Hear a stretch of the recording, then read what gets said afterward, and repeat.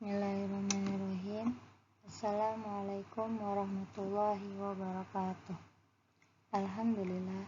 Alhamdulillahirabbil alamin wa bihi nasta'in ala umuri dunya waddin.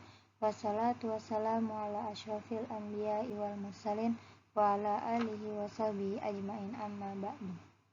Yang terhormat Bapak Nur Wahidin selaku dosen pembimbing kami dan teman-teman sekalian.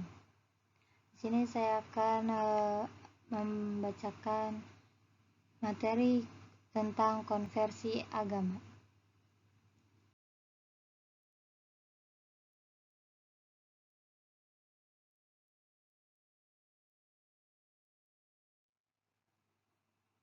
Konsep konversi agama.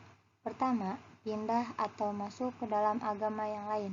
Contohnya, dahulu seseorang menganut agama Kristen, tapi sekarang pindah atau masuk agama Islam, atau sebaliknya.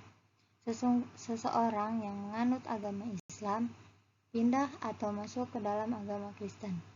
Kedua, perubahan sikap keagamaan dalam agamanya sendiri. Maksudnya adalah, konversi agama menunjukkan perubahan sikap seseorang terhadap agamanya sendiri.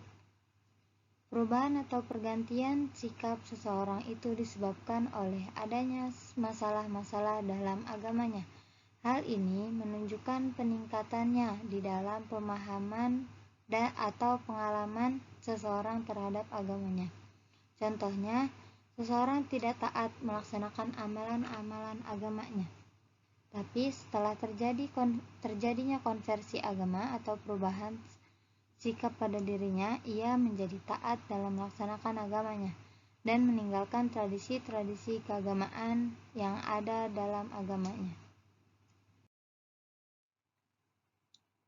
Karakteristik konversi agama yaitu ada 4. 1. Terjadinya perubahan arah dan pandangan hidup atau keyakinan seseorang terhadap agama yang diyakininya, sehingga ia merubah pandangan hidupnya dengan cara pindah atau masuk agama yang baru. 2. Terjadinya perubahan pandangan atau paham-paham keagamaan dalam agama yang dianutnya. 3. Terjadinya perubahan arah atau pandangan hidup itu secara mendadak atau secara berproses. 3. Perubahan yang terjadi pada individu dipengaruhi oleh kondisi badaniah, kejiwaan dan lingkungannya, atau disebabkan petunjuk ilahi. Bentuk konversi agama. 1. Tipe volitional atau perubahan bertahap. Konversi agama tipe ini terjadi melalui proses di mana individu berusaha merubah kebiasaan-kebiasaan yang dilakukannya secara berangsur-angsur. Untuk merubah sistem kepercayaan seseorang sedikit sulit karena termasuk ke dalam pranata primer. 2. Tipe self-surrender atau perubahan drastis. Konversi agama tipe ini terjadi secara tiba-tiba. Biasanya perubahan sikap keagamaan tipe self-surrender tidak melalui proses yang lama atau panjang. Bisa terjadi dengan seketika, baik proses perubahan sikap individu terhadap agama orang lain maupun perubahan sikap individu terhadap masalah-masalah yang terdapat dalam agamanya. Selanjutnya, faktor pendorong terjadinya konversi agama. 1. Faktor intern atau yang terjadi dalam kehidupannya, yaitu A. Faktor kepribadian. Tipe kepribadian penyedih sering dilanda konflik dan frustasi yang dapat menimbulkan keraguan-keraguan, kebingungan, was-was, dan kebimbangan jiwa yang mendalam seperti mengasingkan diri atau uzlah. Kemudian bertapa, bahkan konflik jiwa ini bisa menyebabkan terjadinya konversi beragama bagi pelakunya. Selanjutnya yang B, faktor pembawaan. Anak sulung dan anak bungsu biasanya tidak mengalami tekanan batin. Anak-anak yang kelahirannya pada urutan antara keduanya sering mengalami stres jiwa. Kondisi yang berdasarkan urutan itu banyak mempengaruhi terjadinya konversi agama.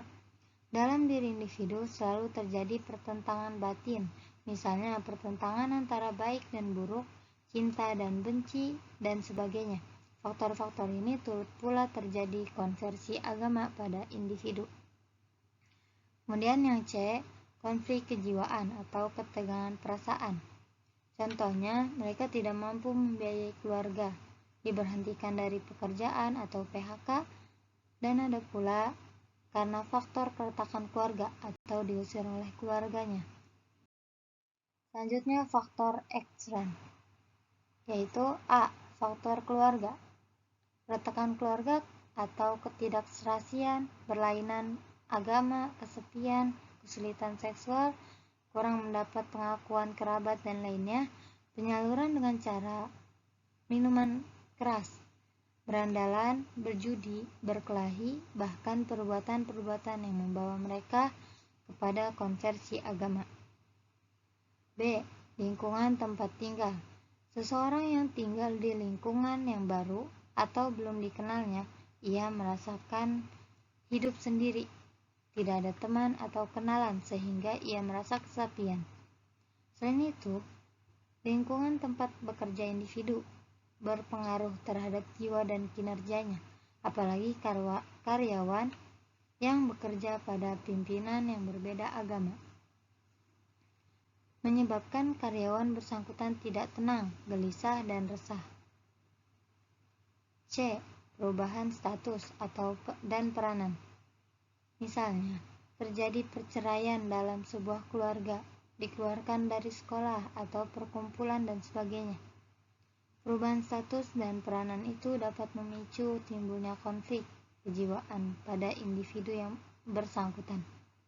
Di satu sisi, kondisi kejiwaan seperti itu menjadikan individu broken home. D. Percampuran agama dan tradisi masyarakat.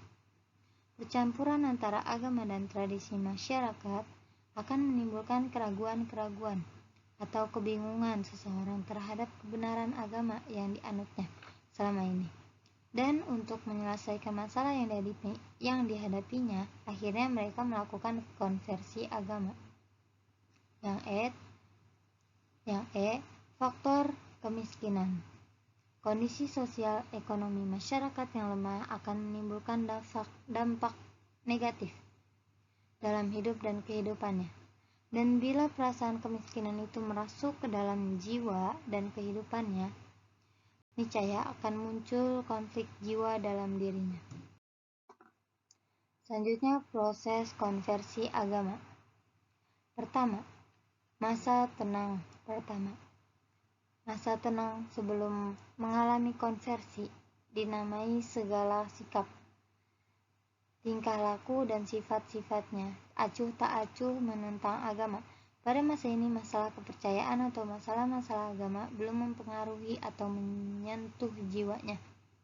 Mereka bersikap acuh tak acuh terhadap agama dan bebas melakukan perbuatannya, terutama perbuatan, sikap dan tingkah laku yang dilarang oleh agamanya, karena ajaran-ajaran agama belum mempengaruhi kepribadiannya.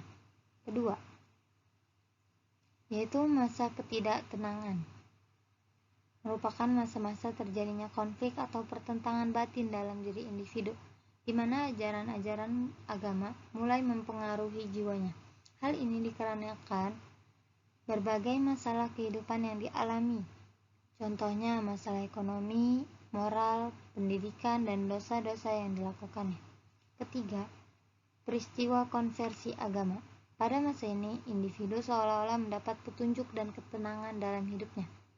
Keempat, masa tenang dan tentram. Tahap ini berbeda dengan masa tenang tahap pertama. Pada masa ini, individu merasa sangat puas terhadap keputusan yang telah ditetapkan dalam hidupnya. Kelima, masa ekspresi konversi agama dalam hidup individu, yaitu masa pengungkapan konversi agama dalam bentuk tindak tanduk, kelakuan, sikap, dan perbuatan. seluruh jalan hidupnya berubah atau mengikuti aturan yang diajarkan agamanya. Dan terakhir, dampak positif konversi agama terhadap sikap keagamaan. 1. Berubahnya pandangan hidup.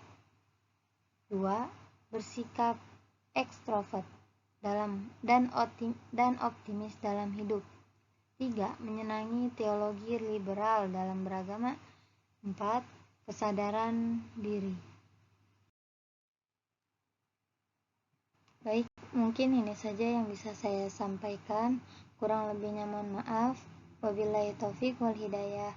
Waridha wal inayah. Wassalamualaikum warahmatullahi wabarakatuh.